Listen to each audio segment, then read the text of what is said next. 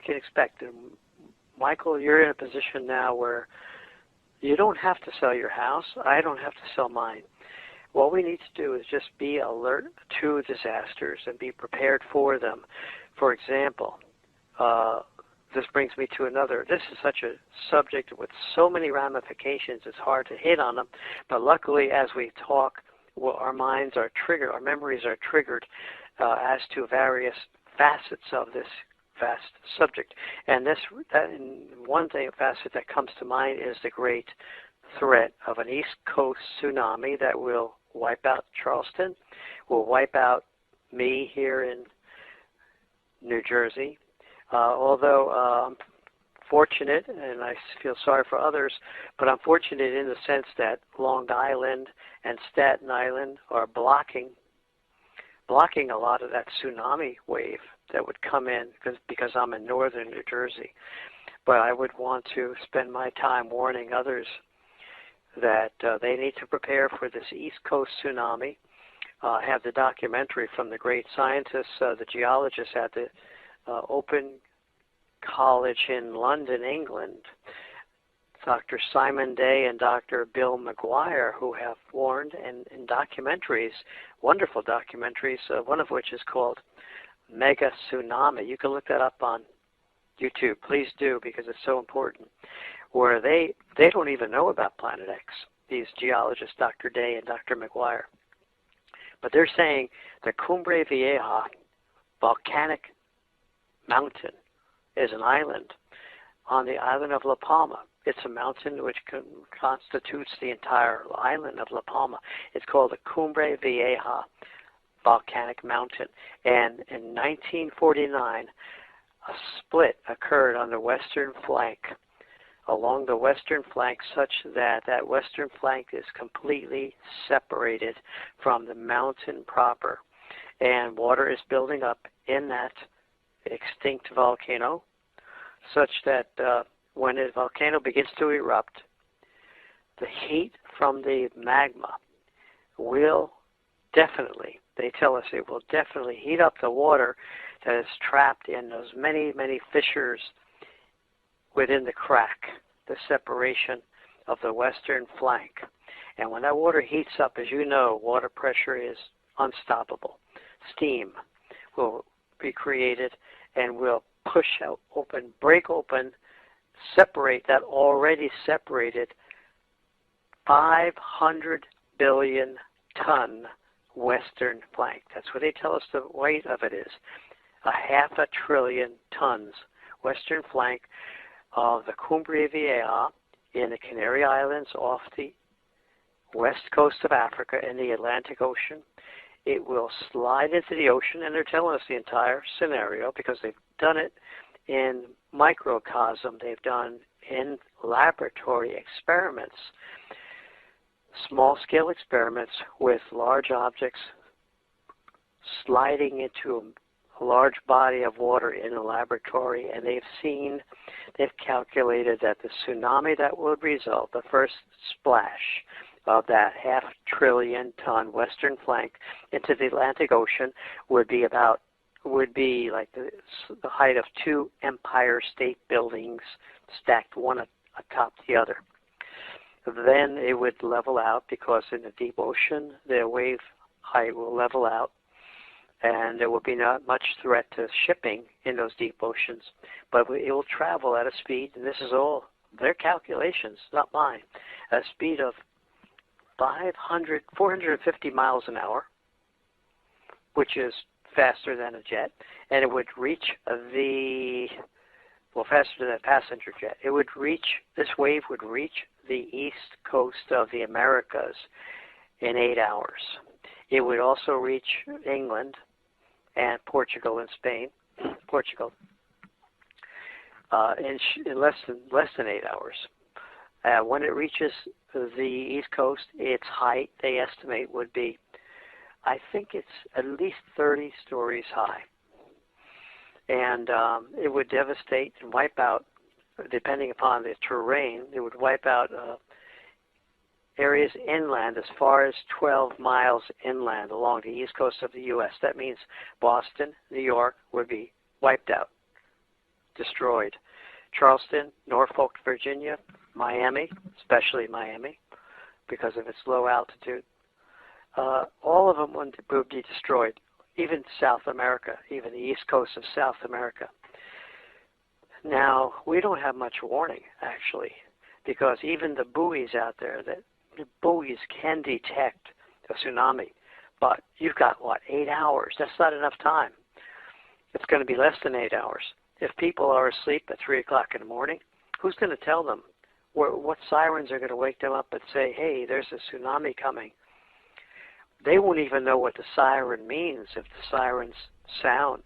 They won't even wonder to figure, well, there's a fire, or is it a tornado, or what's going on here? Well, they'll be dead before they even get out of their beds. Well, yeah, and I'll tell you something else, John, that most people, and I know this here, when there is a tornado warning or something along them lines, most people say, it never happens, it's not going to happen.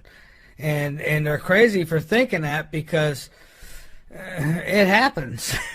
That's right. A lot of people have been saved, and I've seen it on the Weather Channel, because they were awakened by their weather radio, or if they were lucky enough to have the TV on, they got a warning, and they were saved because they rushed down to the basement, where they went to an center closet under the stairwell. In my basement, I have a closet area. Well, it's encased in sheetrock, which is not much, but at least it's an inner room. And they went down there, and they survived when the rest of the house was collapsed. So yeah, you have to have a weather radio. I have to set my weather radio, which I haven't done yet, to the right channel and all that. It stays on constantly, but it doesn't make any sound until there's an emergency, and then it starts squawking. So you got to do things like that. And also, the flooding, Michael, what you can do and what I need to do, well, I'm in pretty good altitude. But for those people, and there are many of them across the country who are susceptible to flooding, epic flooding, and they should have rafts.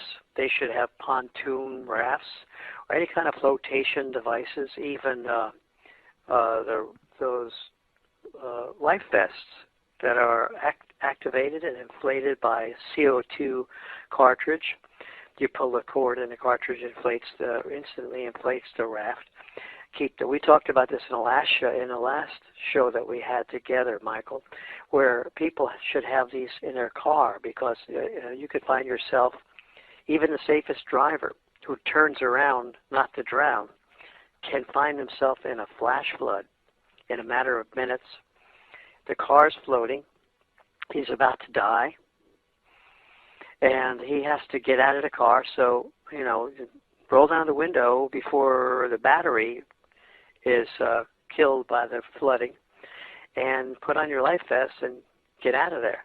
That could save your life just by carrying a couple of life vests in the car for you and your passengers, things like that. So we have to think proactively about flooding, avoiding floods, and all kinds of disasters. Yeah, absolutely, we do.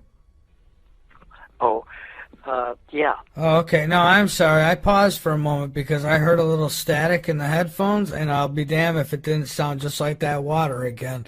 I thought it was happening again, but no, it's just something in the headphones. Thank God. But folks, I've sent over Ira a few pictures. Two of them are from right now, from in the studio. And at some point, I think he'll throw them in there if he gets around to it. He's busy, so he might or he might not. I can't do it right now, so otherwise I would. But I do have more pictures of like Planet X and these UFO pics too that have been being worked on. I'll get those ready for tomorrow night so I could share them in the chat room as well. And John, we have another call here, so I want to take it. I'm trying here. Okay, there we go. 814 area code. Who we got? Where are you calling from? This is Chuck from Meadville, Pennsylvania. Well, welcome aboard, Chuck. Hi, Chuck. Yeah, I just wanted to... Hi, how you doing, John? Fine, thanks. Say hi to you and Michael and Ira on the other line if he's still there. If not, he's in the background somewhere. He actually hung up, but yeah, thanks for the call too, Ira. Anyhow, I just wanted to mention a little bit more proof on your thing. You know, the Illuminati people, or whatever you want to call them, you know, celebrate this black sun. You know, and they're not talking about our sun going dark or anything like that. And also, a picture of Isis, or a statue of Isis, that goddess from Egypt or whatever she's from, has a set of bull horns, kind of like the Taurus bull, with a black sun in the center. Some people call it other things, whatever, energy or whatever. Basically, it's the black sun, or what you're talking about is, you know, the nemesis, or whatever you want to call it, that star is coming into our system. And I was listening on, it's kind of, I don't know, coincidental, or if you want to call it coincidence, another show that was talking about Planet X, and it's supposed to be from the tribulationattacknow.org, the non-human entities. It was aired on the name of that website again? Yeah, well, I'm not sure that's where it came from, but that's what it was listed underneath. Tribulation or tack now.org, and it was aired by the non-human entities.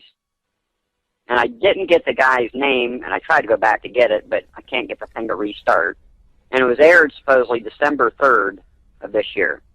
Occult, and maybe Michael too, has seen occult references to Planet X.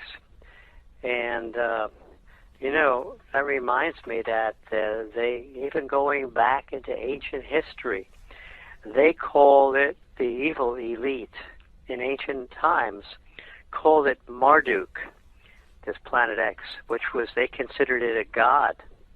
And if you look at the great archaeologists and anthropologists who just passed away, Zechariah Sitchin, he mentions that kind of he has those references in his book, The 12th Planet, where he talks about Marduk and the diabolical elite actually have, you know, I haven't studied it real intensely, but there's so much occult in their rituals, which they believe gives them power.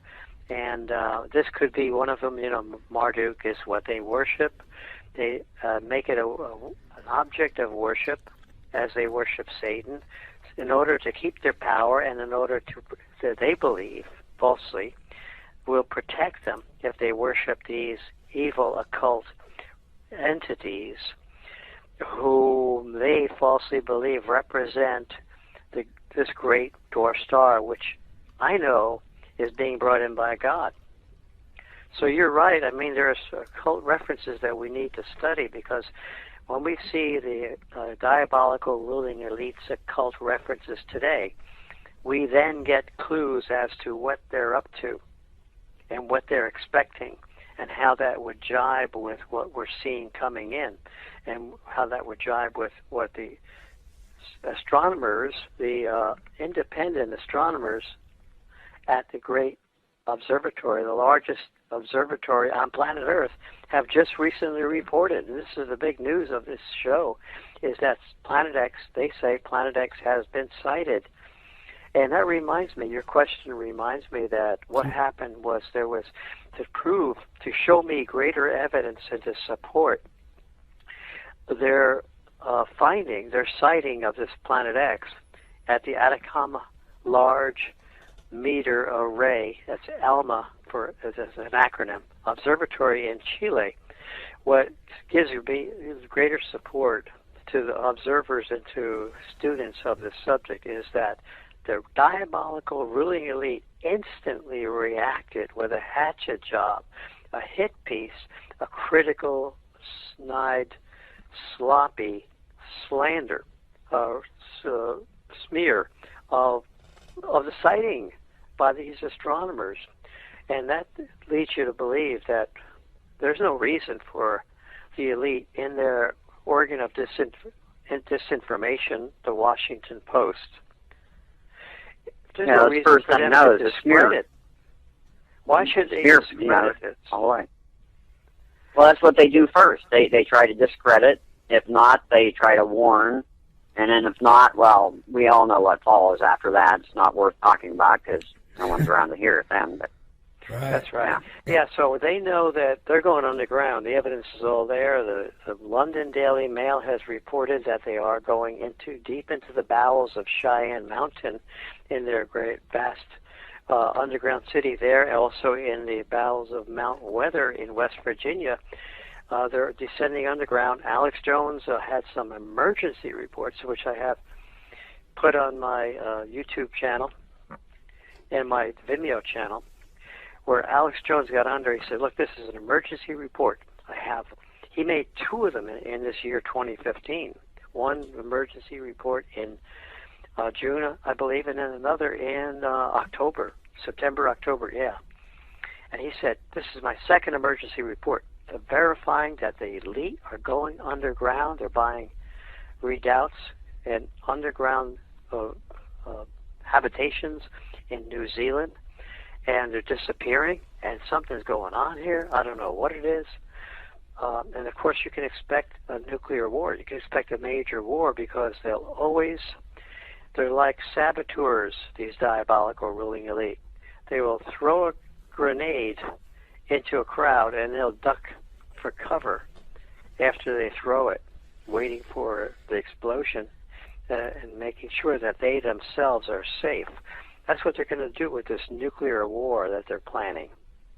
They're going underground. They don't want to be nuked, and the way they're going to escape the nuclear war is to be underground where they're protected. I have information from a renegade CIA person. I think I can mention her name, and her name's on the internet already. It's Dr. Susan Arrigo, Arrigo. A number of years ago, a journalist. Hold on 1 second, please. Okay, and Ira's back with us as well. So, was that John who said hold on? Oh, okay. I'm back. I'm sorry. Oh, that's... I had to leave the phone. I would say about 2007. I would say about 7 years ago. A journalist friend of mine told me that she was contacted by this Dr. Susan Arrigo, who used to be with the CIA, and she had told her Dr. Susan Arrigo was a renegade. She had left the CIA, and I think she was essentially on the run. I hope she's still alive.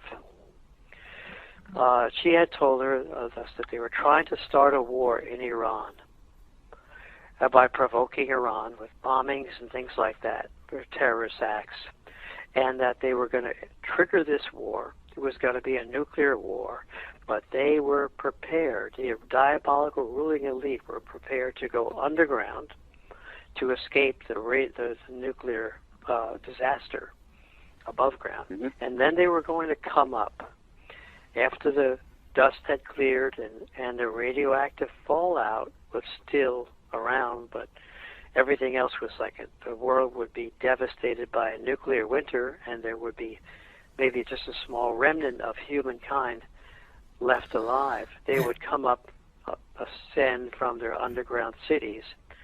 And I was told then that the elite have this technology, which I believe because I've seen other reports of it, technology where they can actually decontaminate and neutralize radioactive fallout, radioactive contamination in a small area of the earth. And John, I'll say this. I would think that these underground facilities, these bunkers, and they got so much under there. There's tunnels, roads, cities, farms, you name it. And I think much of this is to survive something like a nuclear war. I think they'd be naive to think that they can survive something like a Planet X. No, they won't. Yeah, because in fact, you're right, Michael. Because see, they have no other choice. This is what I've always said. People say, "Well, how could this be true? Why are they going underground if they can't survive underground?" Well, they have no choice. They've been thinking about going into the International Space Station to go up in space for a time, but you're going to get fried up in space. because there's going to be so much electrical discharge from the plasma-drenched objects coming in, from the plasma discharges that are excited within our solar system when this object comes in, that anything like satellites are going to get zapped and fried, vaporized, and it's going to be unsafe there. They know that. Their scientists tell them that. They have to go underground because, you see, they know that Earth's surface is going to get unbearably hot, such that life will be destroyed. A great amount of life will be destroyed. So they have no choice but to go underground where it's very unsafe. But yet, if they stay on ground, they'll be fried. I'm sorry. Go ahead. Yeah, I was going to say Earth is already getting hot. The supposed global warming thing, the electromagnetic is already getting heated up. This has happened before in history, everything else. And the Indians did survive before. They were taken underground by some kind of entity, but they were brought back up. But that was a different time. It was during the flood, I guess, or whatever. And what I'm finding, I'm sorry, Ira, one thing here. What I'm finding, though, with this whole the Earth is warming thing is that they've refused to follow any of the data from the satellite images, which actually show that the Earth hasn't warmed at all in 25 years. And I mean, this is real. You could go, I'm not saying which one's more accurate, but I would think the satellites are. What do you think, Ira? Well, I was just going to add in that, you're correct on the fact that Native Americans talk about the fact that they were saved by going underground. They actually went underground. They were prompted to go underground by the Great Spirit, and they were taken care of underground by what they refer to as the ant people. And then when the time came to be able to come back up and rebirth up into the new world, basically, the ant people helped them to get up and start surviving. So just kind of an interesting little toss out there. Yeah, the American Indians were very spiritual, and even though they knew nothing about the Bible, they were so close to the creation and to nature that they actually could feel the presence of God, many of them. And as a result, I think they were protected by God, spirits of God, angels.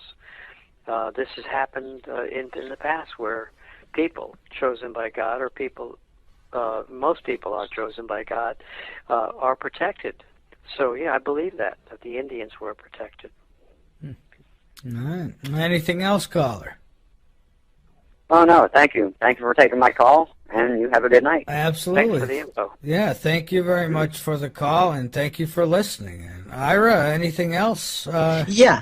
The reason why I was calling back actually was when you were talking about the elites in regards to the sun and the black sun and all that kind of stuff. It reminded me actually of a bit of research that I've done where a lot of these different corporations and other entity out there, they have this big focus on their symbology being related to the sun. And from what I can find out, basically it's kind of like in regards to something that they call the dawning of the new sun, or the dawning of the new day, basically, or the new dawn. And I wonder if there is a relation to this stuff to what you're discussing here with the Planet X and all of the other things that are going on with it, basically. Well, let's see now. The new sun, according to the Bible, prophecy given by the Son of God, the sun will become, this is in the book of Revelation now, at some point, the sun will become extremely hot, blazing hot, such that everyone on the surface will be scrambling to go underground to escape the heat. And, it will eventually come, the destruction of the earth will ramp up to such a point in so many disastrous ways, with earthquakes, etc., that virtually no life will be able to exist except, and this is what I prayed about, because it has to be understood through spiritual prayer and communion with God, in the Bible. People, it's not specifically stated in the book of Revelation, but the ones who will survive the destruction of the earth are the ones who will be taken up at the very end when the earth undergoes complete destruction. Now, taken up would be in terms of the spirit, not the body. The body would be left behind, and the spirit would be taken up in an instant, in a twinkling of an eye, according to the scriptures. And that can happen when, for example, we have electricity, a lightning bolt, a transmission of energy occurs at the speed of light. Radio waves travel at the speed of light. The spirit of the body, I infer and intuitively feel that the spirit of the body transmits upward toward God at a particular time in our lives when the life is over. It's transmitted upward at the speed of light. And those are the ones who survive. Their spirits survive. Their body is left behind like a cocoon of a butterfly leaving the cocoon. Mm-hmm. And they take on a new body. I know it sounds, it's strange to us because we don't experience this in our physical life, but this is the metaphysics that are being proven, being shown by advanced studies, such as the study of other dimensions and the spirit of the body. It's just amazing. But that reminds me of actually videotaped these true stories from a series that I can no longer find on the Destination America channel. Okay, Thank goodness I John, hold that thought for a moment, just for a moment. We got to take our last break. The truth, as we do so often here, but we also get into expanding the mind. And I'm not tied back. I could say what needs to be said. I could say what I want because I have no ties to nobody. We're independent. We truly are, and we're keeping it that way. Even though several through the years have tried to get their grip on us. And it's not that we think we're the best. We just know that we're the most truthful. We're not influenced. We don't go along to get along. And, so let's get back to it with my guest, John DiNardo. And I hope you'll continue to support us at LateNightInTheMidlands.com. John, so you say that they said they found it. This is a recent report? Yes, it was earlier this month. In fact, just maybe about a week or two ago. All you have to do is go to your search engine and type in the acronym ALMA, which stands for Atacama. That's ATACAMA. ATACAMA. Atacama. You can type in that word also. Large Meter Array Observatory. Or you could just type in the acronym ALMA, A-L-M-A. That observatory is the largest telescope on planet Earth. It's a radio telescope, which picks up the spectrum, electromagnetic spectrum of the subvisible light energy, the magnetic energy that comes from electromagnetic energy that's emanated from distant objects. When they emit infrared light, for example, infrared is electromagnetic energy. It's of the same type of electromagnetic energy of radio waves and television waves. So this array of 66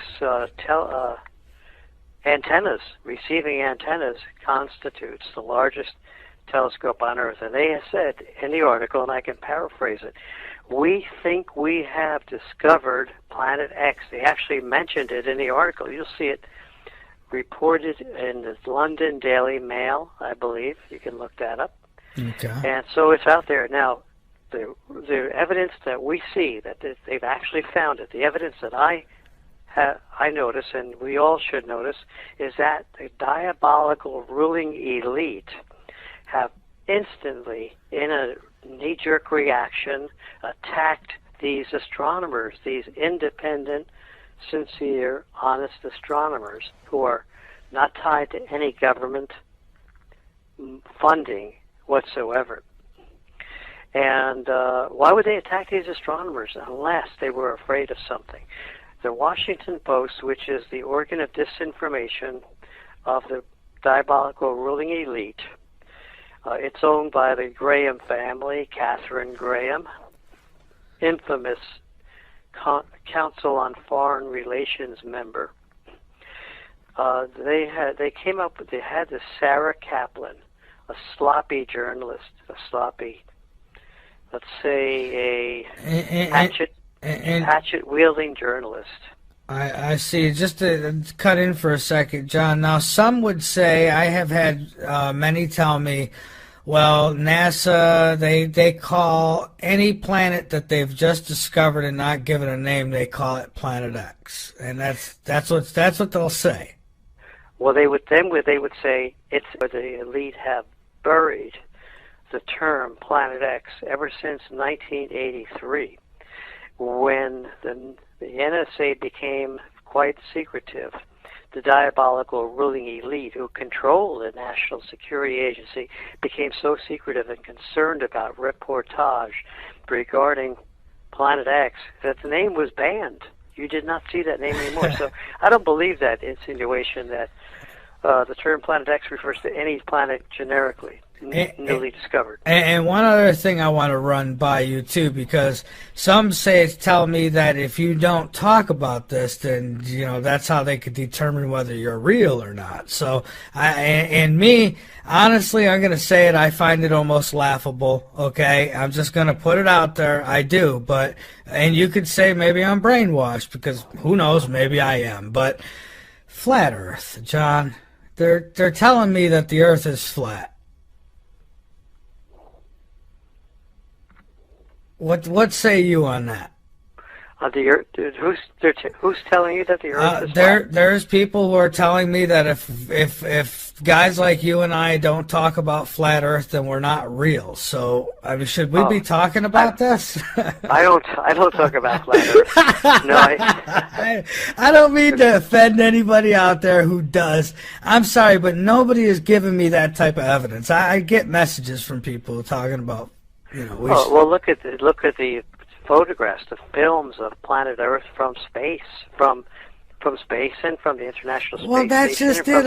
It's proof right there. I think that it's been canned. I think a long time ago, and I'm not saying it because I don't want to believe it. It's just, I don't know. Somebody sent me a video and says that if this don't convince me, nothing will. And I'll tell you what, I couldn't watch but maybe 8 minutes of it, and I had to turn it off because the guy was it was incredibly just I couldn't watch it. But. Yeah, you can't. You can't allow you can't allow the disinformation coming from any area.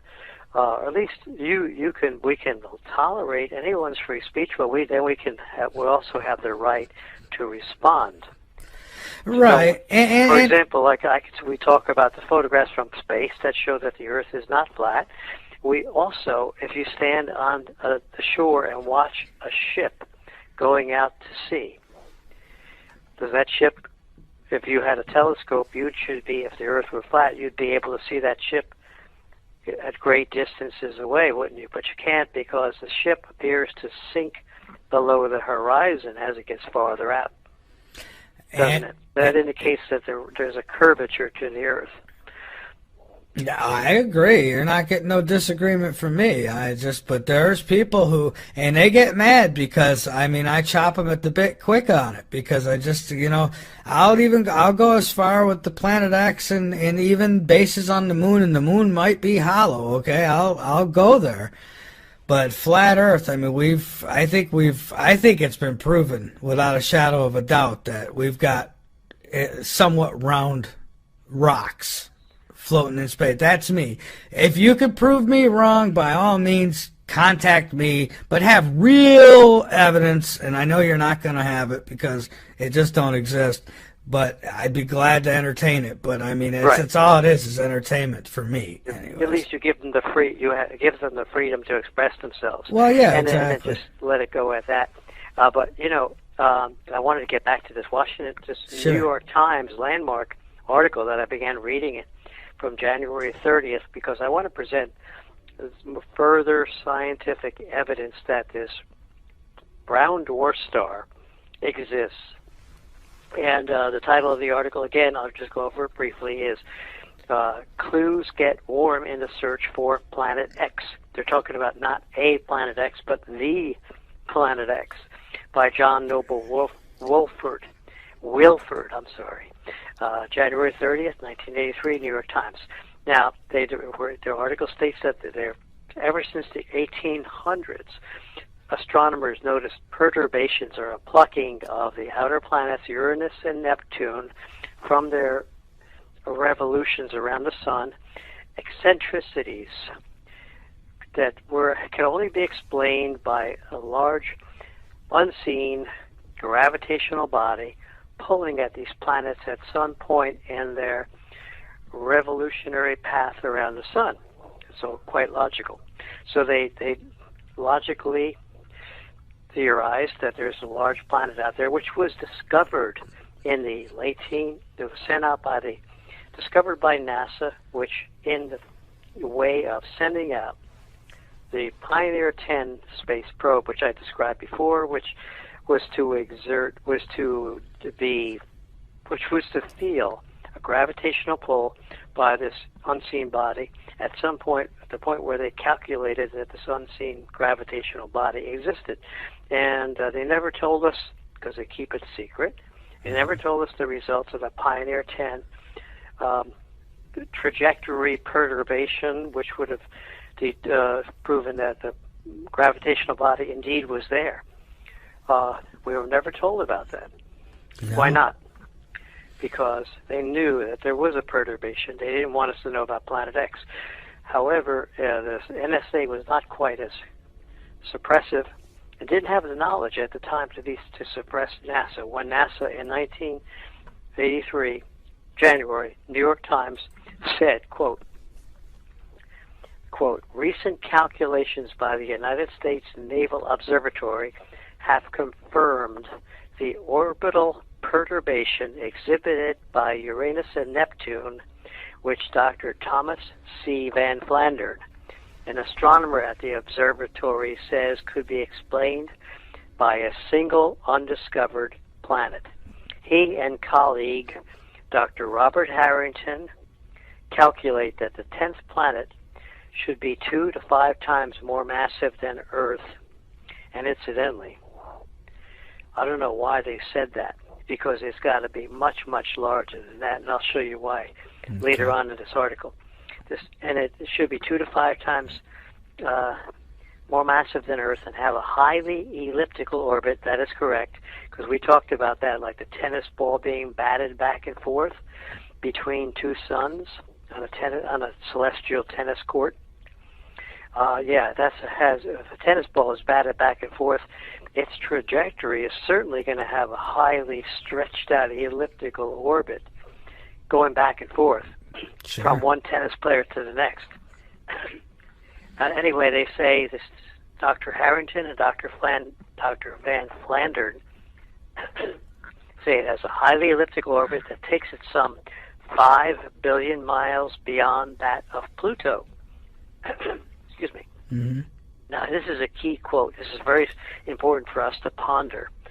Takes it 5 billion miles beyond Pluto, hardly next door, but still within the gravitational influence of the sun. So what that means is that if it's within the gravitational influence of the sun at 5 billion miles away, which is where it was back then in 1983, a third of a century ago, it must still be within the gravitational influence of the sun right now, only much closer.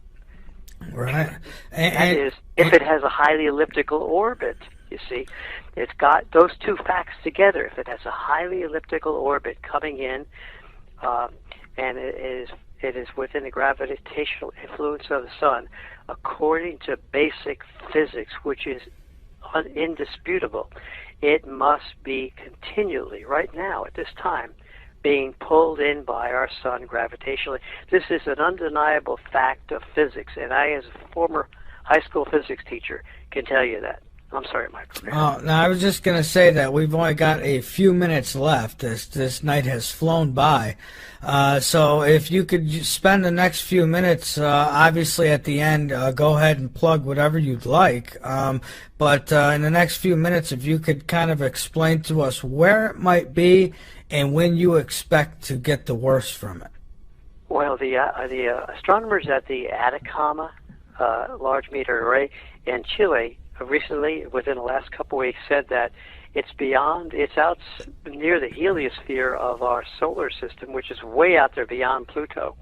And I can imagine where it would be out there because it has come in, well, I won't go into details because we don't have a lot of time, but it has come in below the ecliptic, according to Dr. Harrington, the late and murdered Dr. Robert S. Harrington. I think we could say that safely because many observers have shown us that Dr. Harrington was about to reveal to the world that he had sighted this object, and it was indeed coming toward our solar system. And that's why they killed him. He died of cancer very quickly when he had promised to tell the world reveal his telescopic findings, which were being processed. Okay, so Dr. Harrington was murdered. Anyway, he said it comes in from the south below our ecliptic plane, which means it's going to overshoot the sun and go out and make a huge U-turn through underneath the ecliptic and up and over the planets, which is way out there near the heliosphere. So I can imagine why it would make such a huge U-turn. It would slow down in that U-turn, just like a car slows down in its U-turn. But then as the sun begins to pull it back again over the top of the ecliptic plane, toward the sun again, passing over Earth's orbit, passing over the outer planet's orbit, passing over, that's where it seems to be about ready to do now. It's about ready to pass over the top of the orbital paths of the outer planets, and then come in over the top of the orbital paths of the inner planets, Mars, Earth, Venus, Mercury, and the Sun, etc. And as it does, it's going to become close enough to cause gravitational and magnetic molestations of planet Earth. Anyway, Dr. Morita was murdered. I got to tell you this is so key. Okay. Dr. Morita was a famed, eminent world-class astronomer from Japan. Several years ago, when the Atacama, the ALMA observatory, which we're talking about now, which just released this report of sighting Planet X, that was being constructed. The diabolical ruling elite were so concerned about these independent astronomers finding Planet X that, you know what they did? They actually had Dr. Morita, the chief astronomer of the ALMA observatory under construction, they had him beaten to death to terrorize. You can see the article. Just look up Morita, M-O-R-I-T-A. Do a search. I don't doubt that it. name, along with ALMA, A-L-M-A Observatory. Just type in those words, Morita, ALMA Observatory, and you'll find that he was beaten to death. And John, we can go about another 5-10 minutes over if need be. I don't want to rush you. I want to know what we can. So, but I wanted to add to that and say that these a lot of these holistic healers, along with scientists and God knows who else, have been getting knocked off. Exactly, that's a good point. Dr. Teresa Sievers, a wonderful, beautiful physician in Florida, was beaten to death recently, this year, 2015. And Dr. Jeffrey Bradstreet was shot to death, shot in the chest and thrown into the river by these diabolical ruling elite from Big Pharma, etc., because of natural findings that they were coming up with. I don't know the instruction at that time, ALMA Observatory, and they figured, well, we're going to terrorize all these other astronomers from around the world, from various nations that were joining together at the ALMA Observatory, astronomers from Korea, from Japan, from the U.S., from other countries too, Independent astronomers, the diabolical ruling elite, hate that because they don't want the public to know. When the public knows that this planet is coming in to cause great devastation to Earth, then people lose their fear and obedience to the diabolical ruling elite, and they become independent and begin to go into survival mode, which is what we should all be doing right now. The elite don't want us to do that. They want to go underground and watch us die. And on the 28th, I'm actually, you brought up survival. I'm actually doing a show on the 28th with a guest who's been on the show before, but we didn't talk about survival. He's coming on to discuss survival, Richard Lowe Jr. He'll be coming on to discuss surviving whatever might come in the next year, because it's picking up. And, you know, that's all I'm going to say. I've told people World War III had already started, and, you know, it would appear that I was right. I mean, look, there's more and more conflict happening, and, you know, it's, who knows what could happen. Suitcase nukes, and I ain't not trying to scare anybody. I'm just saying that, you know, these are very real possibilities, and everybody, a lot of times people think, well, everything's fake, it's all made up. And I'll tell you what, you're giving the cabal too much credit, because they will sacrifice you, they will blow you up or shoot you to make a point and to get their agenda ahead. And so you should never underestimate. While an event might be staged per se, they may be planning on it, they're still killing people. I mean, don't think that they don't. Exactly. And you know, the brave, thoughtful, insightful people will believe us and are believing us, and they will prepare. And we leave the fearful, the ones who have cognitive dissonance, who do not want to believe the truth because they're afraid. They fall by the wayside. We don't care about them. We care about the people who do care and who believe it and want to warn others. So that's fine. We don't need 100% acceptance. We just need the good people, like the Marine Corps. We need a few good men. Well, we're looking for all those good people with good hearts. And real quickly, if we have a minute, I just wanted to show you more evidence from the New York Times article of 1983, where these astronomers, Dr. Harrington, who was murdered by the diabolical ruling elite because he was about to announce his findings, his sightings in 1993, Dr. Harrington and others are saying, quote, more credence was given to the hypothesis that a brown dwarf star accounts for this mysterious pulling force on the outer planets. Okay, so there you go, right there. All the astronomers of the day of 1983 say that this is probably a brown dwarf star. Now, if you look at the definition of a brown dwarf star in any astronomy book, you can find it on the internet. The puniest brown dwarf star is about at least 1,000 Earth masses. Imagine that, 1,000 Earth masses, 1,000 Earths clumped together. And when it comes by, so now the scientists tell us it's probably a brown dwarf star. All the people who are reporting on it today, many of them are scientists, are saying it's a brown dwarf star. The astronomers at Chile, they tried to intimidate by beating to death the lead astronomer, but it hasn't worked yet. They report that it's probably a brown dwarf star. You can check out this latest report, and this latest report is really the powerful impetus for us to start preparing, because it's being cited, and it's going to be cited by other observatories. It's bee swarm. The bee swarm from this brown dwarf beehive is coming in right now. That's the first danger we have to face, is the bee swarm surrounding the beehive. Now, this bee swarm consists of comets, asteroids, and meteors. Earth is in danger, great danger of asteroids right now. I mean, it cannot even hide the danger anymore. You're hearing it all over the place. You're hearing it on all the science channels that we are threatened by asteroids. And they try to cover up with such, for the layman who doesn't understand. For those of us who understand, we could see their lies. I was looking at a H2 History Channel report on the asteroid threat. In fact, I video or DVD recorded it. And what they're saying in there is, gee, there's more asteroids in our solar system than we thought. Well, that's a lie. I mean, the fact is that they knew there were a certain density of asteroids for many, many decades. And now the number of asteroids has increased drastically. They're not telling you that. They're lying in a feeble way with a sloppy lie that that must be noticed by anyone who studies the subject.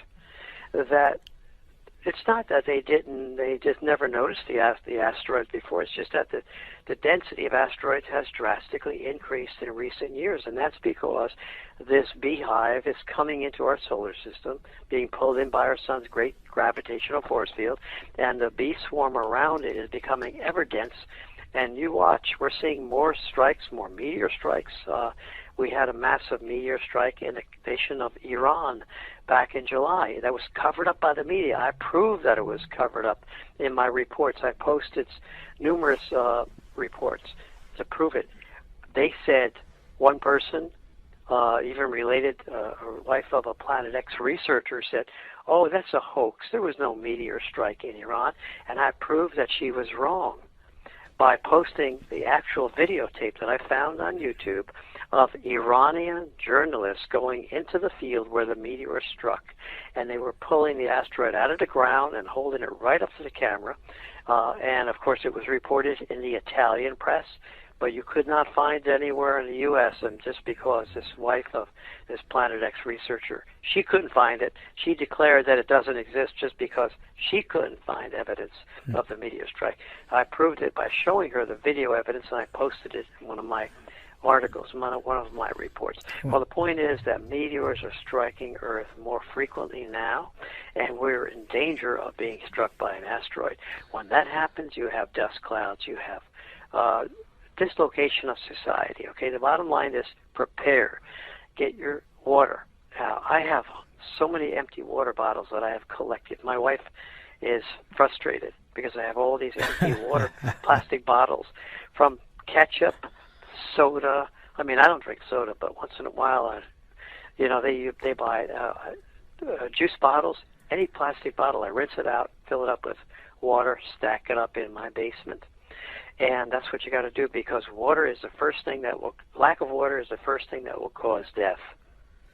Well, yeah, I mean, quicker than not having food, that's exactly. for sure. So, but John, we are getting down low on time here, and I don't want to screw the schedule up too bad on Ira. We're kind of cutting into the next show right now, but I thank you so much for being here tonight, and of course we'll kick off another show in 2016. That's for sure. Probably somewhere near the end of January, maybe we could do this again, and maybe sooner. Depends. I mean, because if somebody cancels out, you and a few others are usually the first ones I contact to bring back in. So I'm happy to have been with you and your audience, Michael. Thank you. And anything you want to get out there before we finish up tonight? No, that's all. I think we've cut into enough time already. I've said it all, and we'll talk more about survival. That's the main thing. And spiritual connection to God, who can protect us. And where would you suggest people go for the best survival tips? I mean, you've been around, you look into this stuff. Where would you send people? There's so many. I would say just about any of them. Just pick out a variety of survival tips from a variety of survival sources. Because we've got so many disasters, such as flooding and tornado protection, etc. Look at all the disasters that we are now prone to feeling, and you can then begin to plan for these disasters with a variety of preparations, mainly food and water. Water is the main thing. Just fill up water bottles, get essential oils for health, and get silver germicide to prevent disease along with your essential oils. But the water and the storable foods and seeds are so important. Absolutely. Well, John, thank you again, and until next time, have a very Merry Christmas and a really, really good New Year. 2016 is upon us.